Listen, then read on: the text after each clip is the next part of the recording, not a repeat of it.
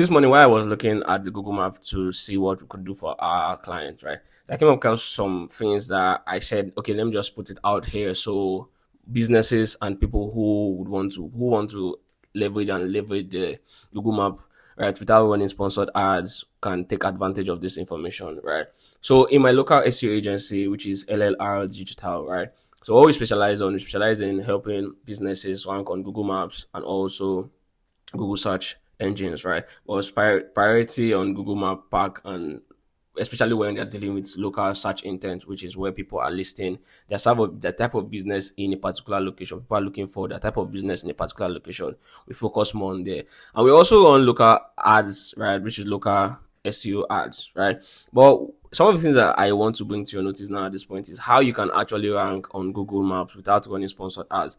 Now, for reason best known to me, I decided to close these businesses, right, to run a sponsored ad because I figured out they have an opportunity to still maintain the number one, number two, number three search results, right? Instead of putting money on ads, right? The idea about ads at this point is if you have exhausted two things, right? If you have exhausted your strategy and you feel like, okay, these things are not working, so let me just give a boost. And number two is if you are already on the top and you just want to take it all high and keep your competitors at the lowest point so they can't meet up with you, right? But so at this point, and also you can also adopt ads, especially in local SEO when you're just starting and trying to get visibility, and but that's not really the bit, because I want to believe that as a business owner who has been in business, or except you're just starting, right? What you want to do, you want to take your time to optimize these three things I'm going to tell you about now. At this point now, Google My Business Profile, right? This is very, very important, right?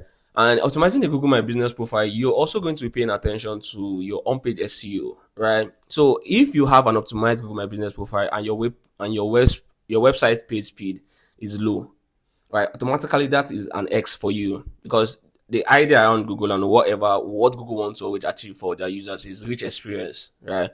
So I'm from your profile, I'm going to your landing page. It's already loading up already. It's already loading fast, right? If there are lots of complications around it, if I'm going back to look for the second customer, right, or if Google sees that, oh, this person landing page view, a user is taking this X number of time to land here, let's take that result back and let's push this person's result that has a fast landing page. This is very, very important. So aside optimizing your Google My Business Profile, you want to make sure you're optimizing your website for page speed and NAP. This is like one of the major things. Your name, address, and phone number, very, very important. And the fact that we miss it, which is where I'm going to talk about number three, is encouraging customers to give a review.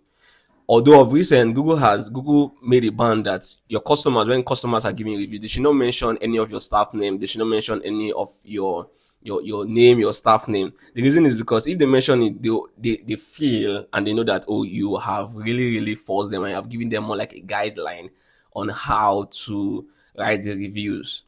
Right, so this was the update that came in sometime last week, right? So no more staff mentions on your Google My Review. So you can just call your business name, just put the review out there, but don't mention the name. Now the third one, which is the second at this point, is I took them first, third, and the second. The third one is local citation and backlinks. Now, in this part, what you want to do, there's what Bright Local calls short link, right? Because you're looking for backlinks, because you're looking for local citation, you wouldn't want to look for a website. Now, this one, if you are not so technical, I'm talking to marketers, if you're a marketer watching this at this point, if you're not so technical, right, you would want to ignore looking for domain and backlinks with high domain authority and websites with high domain authority and all of those things.